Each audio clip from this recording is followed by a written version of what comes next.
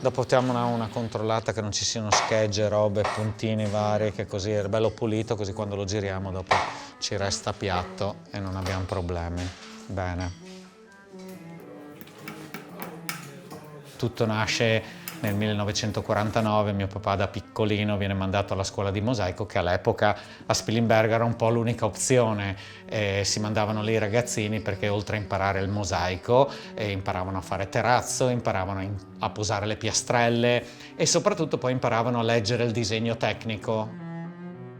Mio papà fa da 11 a 14 anni l'allievo, poi da 14 anni già fa l'assistente e per 16 anni insegna alla scuola di mosaico, finché nel 1969-1970 un signore dagli Stati Uniti che si chiamava Crovatto Costante viene dagli Stati Uniti cercando una persona che andasse a dirigere il laboratorio musivo a New York.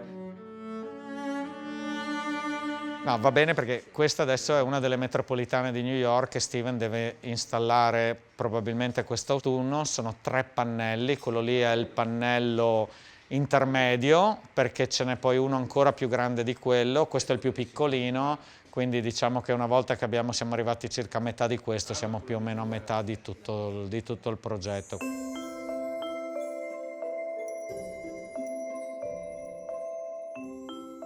Iniziano a svilupparsi le opere pubbliche, quindi partono le metropolitane, facciamo lavori per gli aeroporti, oltre a quelli religiosi, e mio padre si accorge che il lavoro aumenta sempre di più, ma non ha nessuno lì sul posto che può dargli una mano. E quindi gli viene naturale pensare, ok, ma forse il posto giusto è proprio da dove ero partito. Partiamo con la prima versione della bottega e immediatamente abbiamo cominciato a lavorare con dei ragazzi giovani appena usciti dalla scuola, in modo che una volta che uno lavora da noi per 5, 6, 10 anni, anche di più, e poi dice vabbè io voglio mettermi in proprio, voglio fare l'artigiano, ma va benissimo, però mi resto in zona. Quindi ecco che abbiamo creato in 40 anni e oltre una rete di artigiani, di esperti mosaicisti che li abbiamo a disposizione perché è tutta gente qua nella nostra area. È dal 1987-88 che lavoriamo con le metropolitane di New York, ne abbiamo realizzate oltre una 60. E l'ultima, tra l'altro, l'abbiamo fatta per la famosissima artista giapponese, la Yayoi Kusama. Le subway di New York decidono quali artisti concorrono per fare il bozzetto. Nel momento in cui la commissione decide a chi dare il lavoro, è l'artista poi che sceglie quale laboratorio musivo deve realizzare la sua opera. Ogni volta che ti arriva un artista sicuramente sarà diverso da tutti quelli che hai avuto in precedenza e quindi magari per lui dovrai inventare una tecnica particolare.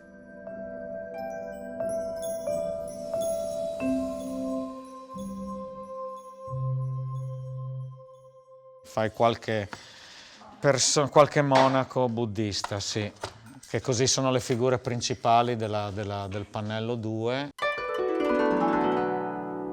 Tu e lui fate i monaci e tu fai il reale nella parte alta.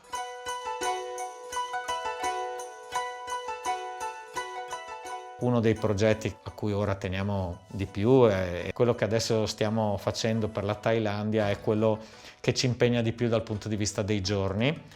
Un'opera unica al mondo in quanto alle sue caratteristiche, perché viene realizzato con la tecnica del micromosaico. Normalmente le cose in micromosaico hanno le dimensioni di una cartolina, ok?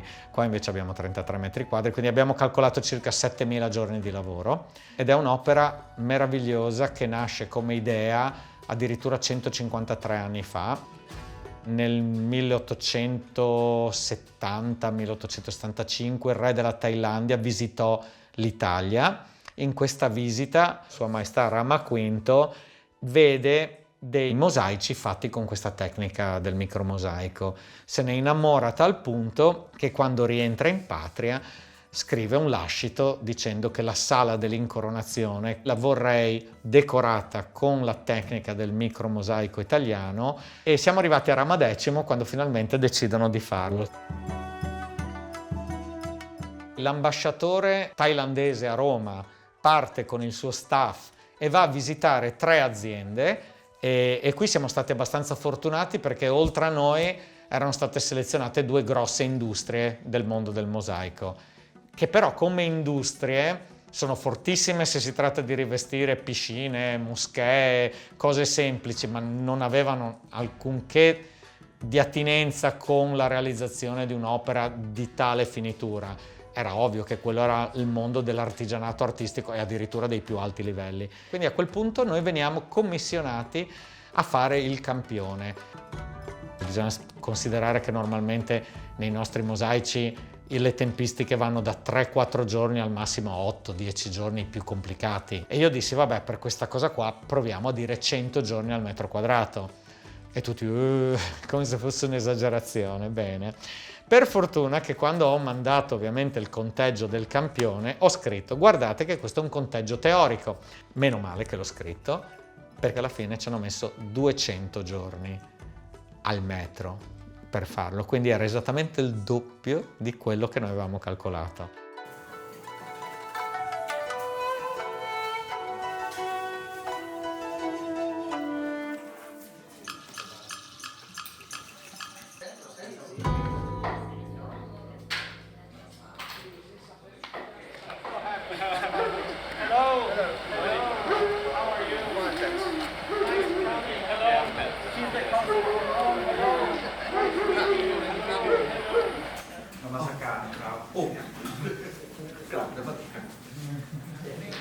Since the most venerable is in contact with us, we can already show you the first 3 panels directly. He would like to see the first 3 panels.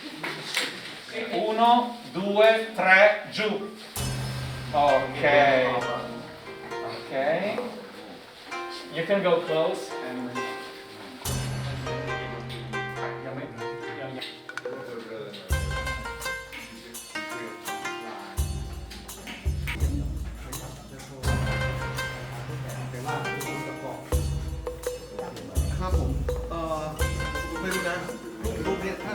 Siamo stati onorati della visita di questo comitato thailandese. C'erano 15 persone, tra cui donatori e rappresentanti del governo, che sono coinvolti nella realizzazione di questo incredibile progetto che il Patriarca Supremo ha chiesto di poter venire personalmente a vedere.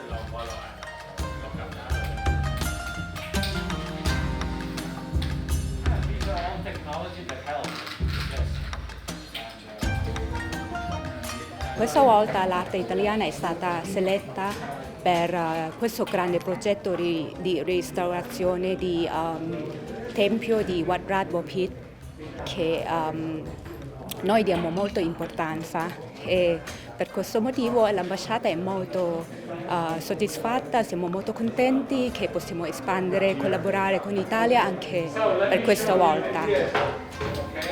And of course you see every person has a lot of colors because you have to pick every single tone. Yes, this is glass. Glass. It's glass. Yes. Glass. Everything is glass. It's glass. It's all glass. E questo è un progetto di un'importanza storica, sia storico-artistica per quel paese lì, ma anche dal punto di vista loro, cioè loro questo progetto lo sentono come molto importante, quindi è una forma di rispetto se tu cerchi di fare al meglio il tuo lavoro sapendo che va destinato in un luogo così importante e che ha tutta questa valenza per il popolo thailandese.